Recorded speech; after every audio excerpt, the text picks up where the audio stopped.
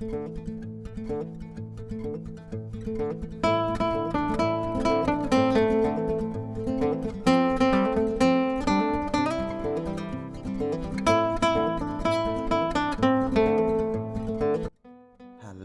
assalamualaikum warahmatullahi wabarakatuh. Jumpa lagi ya sama saya Sitanisi Deso.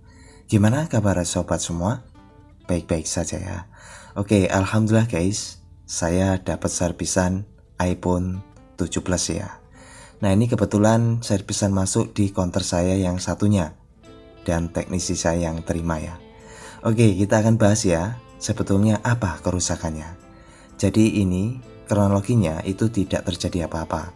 Namun beberapa hari yang lalu tiba-tiba itu HP tidak bisa disentuh sama sekali ya. Jadi ya bisa jadi entah keponakan atau adiknya yang menggunakan, intinya pemilik itu tidak tahu pasti ya. Yang jelas ya tiba-tiba nggak mau disentuh. Oke, ini kita coba tes dulu ya. Ya, ini coba ditekan sama sekali tidak ada respon ya. Coba disentuh juga sama sekali no respon. Nah, untuk kasus yang touchscreen tidak bekerja, khususnya di iPhone, itu ada beberapa faktor penyebabnya. Yang paling utama itu biasanya terjadi di IC touchscreen. Lalu yang kedua itu bisa terjadi di fleksibel LCD touchscreen-nya. Yang ketiga bisa jadi di jalur touchscreen-nya. Jadi untuk kasus touchscreen ini berbeda jauh dengan Android ya. Kalau di iPhone itu mempunyai IC touchscreen tersendiri. Dan untuk di iPhone 7 Plus itu terdapat di bagian mesin PCB-nya. Nah, ini sama sekali tidak ada respon. Oke, jadi untuk memastikan kita mesti bongkar ya iPhone ini. Kita mesti cari tahu di mana letak kerusakannya ya. Kalau kita runut itu kronologinya tidak tahu apa-apa secara tiba-tiba seperti ini. Nah, ini apa penyebabnya kita akan bongkar. Ya, fix ya. Jadi no respon saat disentuh. Oke, sambil kita bongkar, kita lihat dulu ya spesifikasinya. Ini adalah Apple iPhone 7 Plus. Displaynya 5,5 inch. Lalu kameranya 12 megapiksel. Untuk RAM-nya itu 3 GB ya. Internal ada yang 32, 128 dan 256. Oke, untuk baterainya 2900 mAh. Dan HP ini dirilis tahun 2016. Wow, sudah 5 tahunan ya. Lalu menggunakan chipset Apple i10 ya. Oke, ini sudah kita akan proses bongkar ya. Jadi untuk pembongkaran iPhone itu kita melalui baut yang ada di bagian bawah. Dan ini bukan kita buka bagian back covernya seperti layaknya Android, tapi kita mesti angkat LCD-nya dan kita cengatkan. Iya. Cengatkan lagi. Oke guys, jadi ini pelan-pelan saja kita seset, bisa menggunakan kuku ya. Lalu kita pelan-pelan kita cengatkan. Ya, seperti ini ya. Dan hati-hati, di samping kanan itu terdapat fleksibel ya. Fleksibel LCD touchscreen. Nah, seperti ini. Jadi ini kalau kita perhatiin ya, baut-baut masih lengkap. Nah, ini kaleng penutup ya untuk di bagian konektor LCD touchscreen-nya. Jadi sudah kita pastikan ini tertutup dengan rapat ya. Namun entah kenapa ini tidak mau disentuh. Oke, kita akan coba buka ya baut-bautnya. Jadi bisa jadi itu konektor yang terlepas, bisa jadi itu fleksibel yang rusak, ataupun jalur yang rusak, atau bahkan IC touchscreen yang rusak. Ya, kita buka semua bautnya, khususnya untuk di konektor LCD touchscreen-nya. Ya, jadi sudah dipastikan itu dia terpasang dengan baik ya. Oke, kita coba bersihkan ya. Biasanya jika kita runut kronologinya itu tidak terjadi apa-apa, faktor kemungkinan besar ya biasanya setelah kita lepas konektor, kita pasang kembali itu sembuh ya. Namun ya ini tidak tahu pasti, kita nyoba ya. Oke, setelah dibersihkan lalu pasang kembali konektornya. Ya mudah-mudahan sih hanya faktor ini ya, jadi lebih gampang untuk menangani kasusnya. Oke, kita coba nyalakan lagi. Jadi apakah setelah direpresisi ulang, dibersihkan, itu bisa kembali normal? Kadang-kadang bisa ya guys ya, kadang-kadang bisa. Wow, ternyata masih tetap ya. Berarti metode ini tidak berhasil. Masih tetap guys.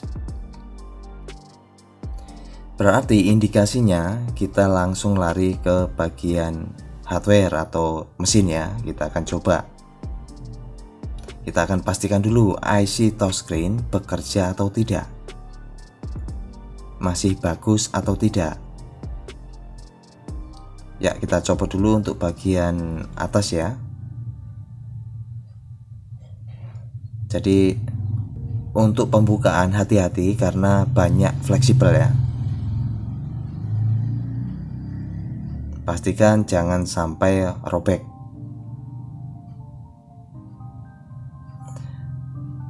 Oke, ini pelan-pelan saja kita copot.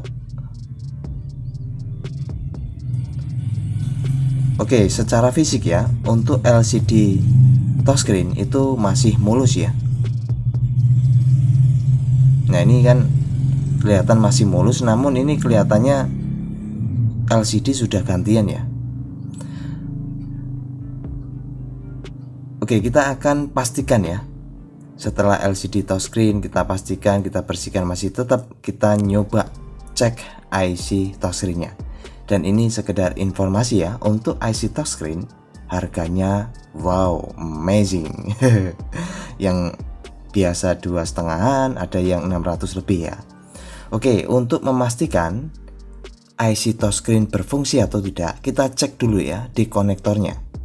Cek pin nomor 4 dan 5. Jika keluar nilai resistansi dengan tanda multitester analog jarum bergerak, berarti IC touchscreen aman.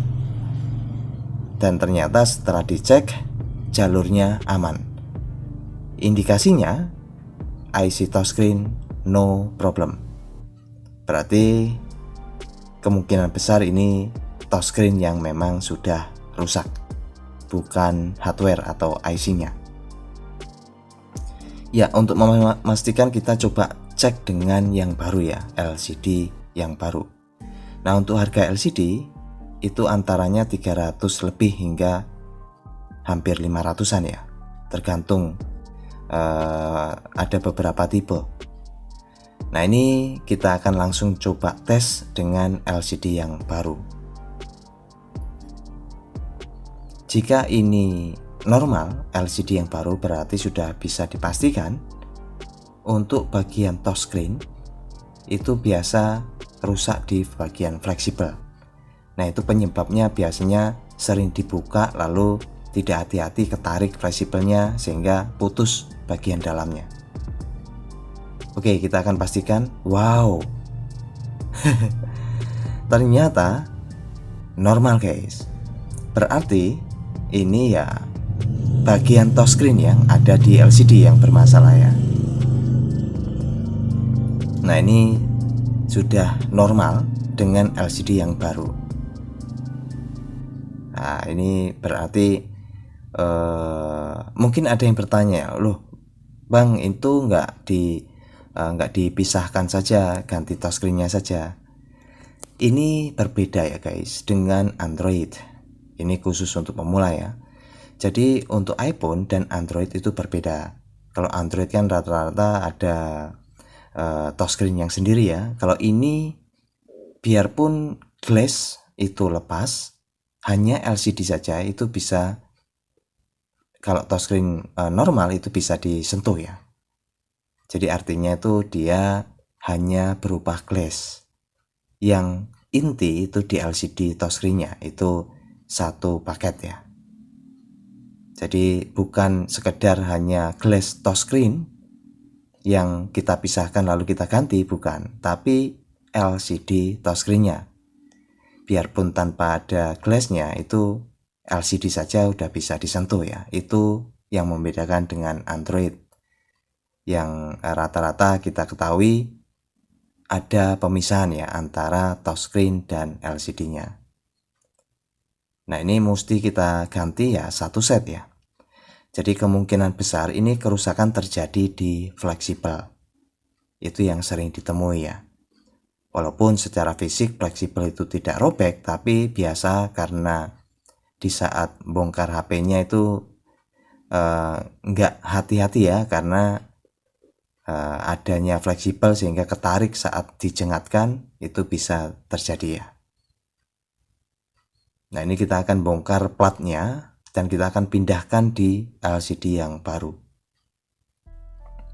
Jadi kalau kita bandingkan ya, untuk pembelian LCD touchscreen dengan IC touchscreen-nya itu rata-rata hampir sama ya untuk harganya. Yang tadi IC touchscreen yang biasa saja 250-an ya. Kalau ini 300 lebih itu sudah dapat. Jadi pertimbangannya ya lebih bagus rusak LCD-nya, touchscreen-nya ya, daripada IC touchscreen-nya. Karena juga IC touchscreen itu kalau kita ganti yang biasa itu juga belum tentu tahan lama. Ya, ini tinggal kita rakit ulang ya. Untuk bagian ini tombol navigasi tengah, tombol home-nya kita pasang kembali ya. Ya, seperti ini. Lalu untuk di bagian atas juga kita pasang kembali untuk di bagian earphone ya. Ya, jadi untuk di counter saya yang satunya ini memang belum lama ya, sudah mulai aktif dan saya juga jarang untuk ke situ. Jadi ya kebetulan ini yang garap bukan saya ya, namun demi edukasi ya saya upload dan mudah-mudahan bisa dijadikan manfaat ya. Oke, ini jadi tinggal dirapikan dan pastikan sesuai dengan awal ya. Dimana letak di bautnya, di baut, di samping, di kalau untuk di LCD iPhone itu kan untuk bagian samping juga ada pengancing bautnya ya, kita mesti kencangkan. Jadi sebetulnya untuk kasus iPhone itu lebih bisa fokus ya permasalahan kerusakan yang ada di iPhone. Berbeda untuk di Android itu kadang lebih jelimet. Kalau di iPhone kadang itu ya kasus, contohnya kasus not charging ya kasusnya di situ-situ aja, ataupun kasus no backlight juga rata-rata fix, rata-rata kerusakan tuh ya jelas di area situ gitu. Berbeda untuk di Android yang kompleks. Kadang di Android itu suara tidak muncul, ya taunya kita ganti buzzer ya atau speaker, padahal kerusakan terjadi di IC power. Nah seperti itu ya. Berbeda sekali untuk di iPhone ya. Jadi kalau untuk teknisi pemula ya ada yang selera ke iPhone, fokuslah ke iPhone ya. Ada yang selera ke Android ya ke Android ataupun dua-duanya. Ya, ini tinggal kita kencangkan untuk baut bagian bawah. Oke, ini sudah kelar ya. Dan jadi mudah-mudahan bisa dijadikan manfaat ya. Kita sama-sama belajar. Dan sekali lagi ini kasusnya touchscreen not working ya, atau tidak bisa berfungsi. Itu ada beberapa faktor.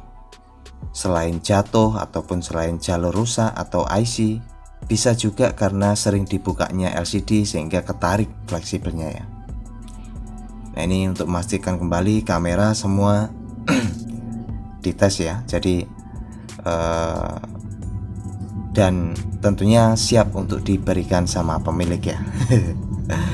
Oke, alhamdulillah ini sudah kelar. Dan tetap semangat ya untuk pemula, terus berlatih dan sampai jumpa. Bye bye. Assalamualaikum warahmatullahi wabarakatuh.